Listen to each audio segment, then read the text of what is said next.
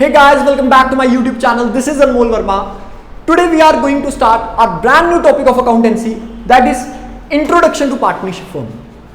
तो जैसे कि भाई साहब हमने अपने YouTube की जर्नी को स्टार्ट किया है, यहां पर हम क्लास 12th अकाउंटेंसी के सभी चैप्टर्स को अपलोड करेंगे। तो जो क्लास 12th की अकाउंटेंसी है वो 3 हिस्सों में बटी हुई है, volume 1, volume 2 and volume 3। Volume 1 जो है वो पूरी तरह से किसके ऊपर बेस्ड है? पार्टनरशिप बिजनेस के ऊपर। किसके ऊपर बेस्ड है? पार्टनरशिप बिजनेस के ऊपर। लाइक यहाँ पे 6 to 7 चैप्टर्स होंगे, वो सारे के सारे किसके ऊपर बेस्ड होंगे? पार्टनरशिप बिजनेस के ऊपर बेस्ड होंगे। तो इस जर्नी को स्टार्ट करने से पहले हमें क्या पता होना चाहिए कि पार्टनरशिप का मीनिंग क्या है। जैसे कि क्लास 11th में आपने पढ़ा था कि पार्टनरशिप बिजनेस क्या है? एक ऐसा बिजनेस जिसे 2 से ज्यादा मिलकर लोग बिजनेस को चला रहे हैं।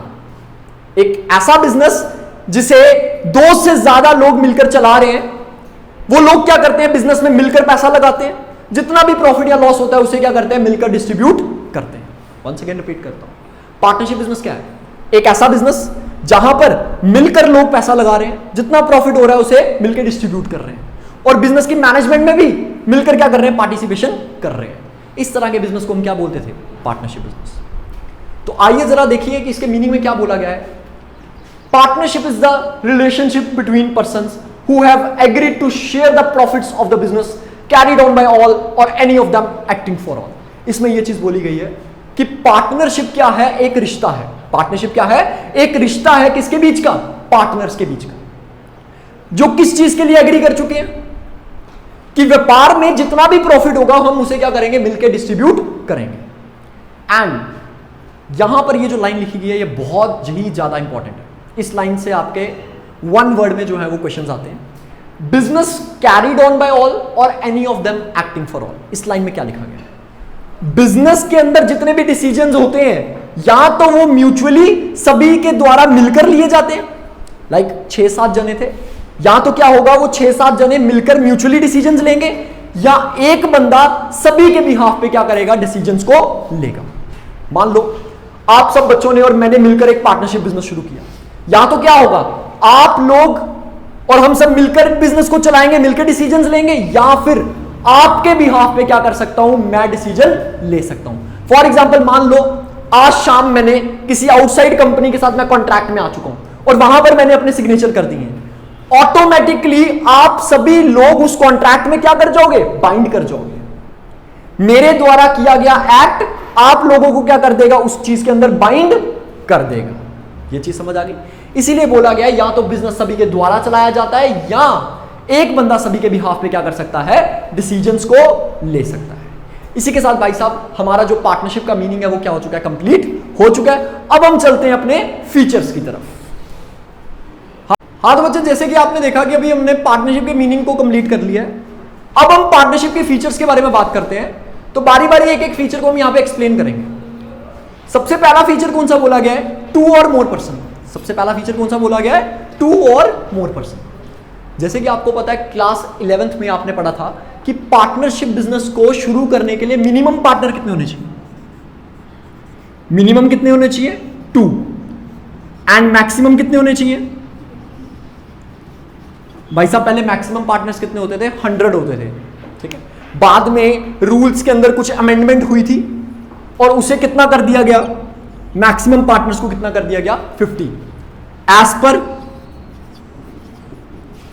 As per companies rule, as per companies rule 2014। ये चीज समझ आ गई? मैंने आपको बोला कि पार्टनरशिप बिजनेस को शुरू करने के लिए मिनिमम कितने? 2 एंड मैक्सिमम कितने पार्टनर्स चाहिए? 50। यहां तक तो हो गया। बट यहां पर एक और चीज बोली गई है, they all must be competent to contract। तो इस लाइन में क्या बोला गया है? चाहे आपके पार्टनर्स 2 हैं, चाहे आपके पार्टनर्स 50 हैं, ये सारे क्या होने चाहिए? कॉम्पिटेंट टू कॉन्ट्रैक्ट होने चाहिए। और कॉम्पिटेंट टू कॉन्ट्रैक्ट का मतलब कॉन्ट्रैक्ट के अंदर आने लायक व्यक्ति होने चाहिए। कौन कौन कॉन्ट्रैक्ट के अंदर नहीं आ सकता? माइनर। माइनर कौन होता है भाई साहब? 18 साल से जो छोटा बच्चा होता है उसे हम माइनर ट्रीट करते हैं। ठीक है, डिस्क्वालिफाइड बाय लॉ। भाई साहब जिसके ऊपर कानूनी रूप से कोई केस या मुकदमा चल रहा है, वो भी पार्टनरशिप बिजनेस के अंदर आप एड ऑन नहीं कर सकते। मैंने क्या बोला, पार्टनरशिप बिजनेस के अंदर अगर आपको किसी व्यक्ति को ज्वाइन करवाना है तो वो एक तो माइनर नहीं होना चाहिए, दूसरी चीज उसके ऊपर कानूनी रूप से कोई मुकदमा नहीं चल रहा होना चाहिए, और अनसाउंड माइंड, वो व्यक्ति दिमागी रूप से पागल नहीं होना चाहिए। तो वंस अगेन रिपीट करता हूं इस पॉइंट को, पार्टनरशिप बिजनेस को शुरू करने के लिए कम से कम मिनिमम पार्टनर 2 चाहिए, मैक्सिमम पार्टनर कितने चाहिए, 50 चाहिए, ठीक है। बट वो सारे क्या होने चाहिए, कॉन्ट्रैक्ट में आने लायक होने चाहिए। और ये 3 तरह के लोग जो है वो कॉम्पिटेंट टू कॉन्ट्रैक्ट नहीं कहलाते, जैसे कि जो व्यक्ति 18 साल से छोटा है, दिमागी रूप से पागल है, या फिर जिसके ऊपर कानूनी रूप से कोई मुकदमा चल रहा है। इसी के साथ हमारा जो फर्स्ट पॉइंट है वो कंप्लीट हो चुका है। अब हम चलते हैं अपने सेकंड फीचर की तरफ, जो कि बोला गया है एग्रीमेंट। तो क्या बोला गया इसमें कि पार्टनरशिप बिजनेस जब भी शुरू होता है, पार्टनर्स के बीच में सबसे पहले एक रिटन कॉन्ट्रैक्ट या फिर एक एग्रीमेंट होता है, ठीक है। पार्टनरशिप बिजनेस जब भी शुरू होगा तो पार्टनर्स के बीच में सबसे पहले क्या होगा, एक एग्रीमेंट होगा। एग्रीमेंट या तो ओरल फॉर्म में होता है या तो वो रिटन फॉर्म में होता है। मैंने क्या बोला, पार्टनरशिप बिजनेस या जब भी आप शुरू करते हो तो पार्टनर्स के बीच में क्या होता है, एग्रीमेंट। एग्रीमेंट या तो ओरल फॉर्म में होगा या तो रिटन फॉर्म में होगा। वो जो रिटन एग्रीमेंट होता है उसे हम क्या बोलते हैं, पार्टनरशिप डीड। क्या बोलते हैं बच्चे, पार्टनरशिप डीड।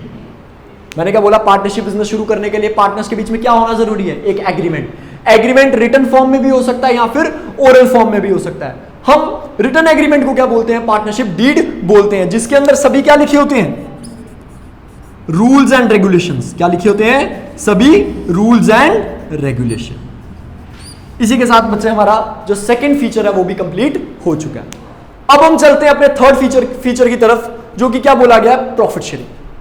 जब कभी भी आप पार्टनरशिप बिजनेस चला रहे हो तो पार्टनर्स के बीच में जितना भी प्रॉफिट या लॉस होगा वो पार्टनर्स के बीच में क्या होगा, डिस्ट्रीब्यूट। क्या होगा, डिस्ट्रीब्यूट। अब कैसे डिस्ट्रीब्यूट किया जाएगा, देखो, या तो आपने जो डीड बनाई थी, एग्रीमेंट बनाया था, उसके अंदर पहले से आप मेंशन करते हो कि किस किस पार्टनर को कितना कितना पैसा मिलेगा, मतलब आपने पहले से मेंशन कर रखा है ये चीज। और अगर सर मेंशन नहीं कर रखा, डीड में ये चीज नहीं बता रखी कि प्रॉफिट कैसे बांटना है, तो प्रॉफिट्स को जो है वो कैसे बांटा जाएगा, इक्वली जो है वो क्या किया जाएगा, डिस्ट्रीब्यूट किया जाएगा। आशा करता हूं यहां तक समझ आ गई हो, ठीक है। नेक्स्ट चलते हैं हम एक्ट की तरफ। तो भाई साहब हम कह सकते हैं कि पार्टनरशिप बिजनेस के अंदर जितने भी रूल्स एंड रेगुलेशंस लगाए जाते हैं वो किस एक्ट के तहत लगाए जाते हैं, इंडियन पार्टनरशिप एक्ट 1932। मतलब पार्टनरशिप बिजनेस के अंदर जितने भी रूल्स एंड रेगुलेशन लगाए जाएंगे वो किसके तहत लगाए जाएंगे, पार्टनरशिप एक्ट 1932 के तहत लगाए जाएंगे। आई होप आपको समझ आ रही होगी, ठीक है। अब हम चलते हैं अपने नेक्स्ट पॉइंट की तरफ, जिसका नाम क्या है, लायबिलिटी। नेक्स्ट पॉइंट क्या है हमारा, लायबिलिटी। अगर आप पार्टनरशिप बिजनेस चला रहे हो और जितने भी पार्टनर्स होते हैं उन सभी की लायबिलिटी क्या रहती है, उन सभी की लायबिलिटी क्या रहती है, अनलिमिटेड। क्या रहती है, अनलिमिटेड। वंस अगेन रिपीट करता हूं, पार्टनरशिप बिजनेस के अंदर जितने भी पार्टनर्स होते हैं उनकी लायबिलिटी क्या रहती है, अनलिमिटेड। इस लाइन का मतलब क्या है कि कल को भगवान ना करे अगर पार्टनरशिप बिजनेस डूबता है, पार्टनरशिप बिजनेस को लॉस होता है, तो ऐसी सिचुएशन में सभी पार्टनर्स के पर्सनल एसेट्स बेचे जाएंगे, लाइक कपड़ा, मकान, जेवरात, हर चीज बेच के जो है वो लोगों का पैसा दिया जाएगा। मान लो कलश और कृष मिलकर एक पार्टनरशिप व्यापार चला रहे हैं, ठीक है, इन्होंने एक पार्टनरशिप बिजनेस खोला, चाय का खोखा चला रहे हैं दोनों, और जैसे कि नाम से ही पता चल रहा है कि दोनों का बिजनेस कितना ही चलेगा, डूब गया, हरकतों की वजह से डूब गया, व्यापार को नुकसान ही नुकसान हो गया। अब जब व्यापार को नुकसान हुआ तो क्या किया जाएगा, जो कलश और कृष के पर्सनल एसेट्स हैं, लाइक इनकी ज्वेलरी, इनकी गाड़ियां, इनके बंगले, इनके कपड़े, हर चीज बेच के कर्जदारों का क्या किया जाएगा, पैसा चुकता किया जाएगा। इसका मतलब क्या हुआ, इनकी लायबिलिटी क्या है, ढेर सारी, अनलिमिटेड। Next, registration. अब अगर आप चाहते हो पार्टनरशिप बिजनेस को रजिस्टर करवाना तो आप करवा भी सकते हो, और अगर आप नहीं करवाना चाहते तो आप नहीं भी करवा सकते। तो हम कह सकते हैं कि पार्टनरशिप बिजनेस को रजिस्टर करवाना कंपलसरी बिल्कुल भी नहीं है। हाँ, लेकिन अगर आप पार्टनरशिप बिजनेस को रजिस्टर नहीं करवाते हो तो उसके कुछ नुकसान हैं जो आपको झेलने पड़ सकते हैं। ठीक है, मान लो दो व्यक्तियों ने पार्टनरशिप बिजनेस को शुरू किया, उनमें से एक व्यक्ति ने धोखाधड़ी करके काफी नुकसान करवा दिया, धोखा दे दिया। अब जो दूसरा वाला पार्टनर है वो उसके खिलाफ केस फाइल नहीं कर सकता। तो हम कह सकते हैं जब भी हम अपने पार्टनरशिप बिजनेस को रजिस्टर नहीं करवाते हैं तो हम किसी भी आउटसाइडर या फिर अपने ही पार्टनर के खिलाफ केस फाइल नहीं कर सकते हैं। ये हमने पढ़ा था क्लास 11th में। अब हम चलते हैं लास्ट पॉइंट की तरफ, जिसके बाद हमारे जो फीचर्स हैं वो कंप्लीट हो जाएंगे। और ये जो फीचर है ये वन ऑफ द टफेस्ट और one of the important feature है। यहीं से 1 मार्क का एक एमसीक्यू हमेशा निकलता है। क्या बोला गया यहां पे? Business carried on by all or any of them acting for all. यहां पर यह चीज बोली गई है, बिजनेस या तो सभी के द्वारा मिलकर चलाया जाएगा, मतलब कि डिसीजन सभी के द्वारा लिए जाते हैं, या एक बंदा सभी के बिहाफ पे क्या कर सकता है, डिसीजंस को ले सकता है। वही चीज मैंने बताई। एक एग्जांपल लेते हैं। हम सब पार्टनर्स हैं, यहां पे जितने क्लासरूम में बच्चे बैठे हैं हम सब पार्टनर्स हैं। ठीक है, या तो डिसीजन हम सब मिलकर लेंगे, या क्या होगा, आप सभी के बिहाफ पे मैं क्या कर सकता हूं, डिसीजन ले सकता हूं। आज शाम मैंने किसी के साथ, आउटसाइडर के साथ कॉन्ट्रैक्ट किया, वहां पर अपने सिग्नेचर कर दिए, तो ऑटोमेटिकली आप उस कॉन्ट्रैक्ट में क्या हो जाओगे, बाइंड हो जाओगे। अब यहां पर एक क्वेश्चन पूछा जाता है हर बार कि पार्टनर्स के बीच में रिलेशन क्या होता है। ये मेरी ये चीज याद रखना, पार्टनर्स के बीच में रिलेशन कौन सा होता है? Agent and principal. ठीक है, अगर कोई बोले कि पार्टनर्स के बीच में कौन सा रिलेशन है, एजेंट एंड प्रिंसिपल। अब जैसे कि मैंने आपको एग्जांपल दी थी कि हम सब पार्टनर्स हैं, मैंने आपके बिहाफ पे किसी और के साथ कॉन्ट्रैक्ट कर लिया, आप सब उसमें ऑटोमेटिकली क्या हो गए, बाइंड हो गए। यहां पर मैं क्या कर रहा हूं, एक एजेंट की तरह एक एक्ट परफॉर्म कर रहा हूं। क्या कर रहा हूं, एक एजेंट की तरह एक्ट परफॉर्म कर रहा हूं, और आप उस सब में क्या हो रहे हो, बाइंड हो रहे हो। तो मैं यहां पर क्या हुआ, एजेंट, और आप क्या हुए यहां पे, प्रिंसिपल। तो पूरे पार्टनरशिप बिजनेस में हर पार्टनर एजेंट भी हो सकता है और प्रिंसिपल भी हो सकता है। तो आशा करता हूं आपको ये जो टॉपिक पढ़ाया गया है वो समझ आया होगा। और अगर आपको वीडियो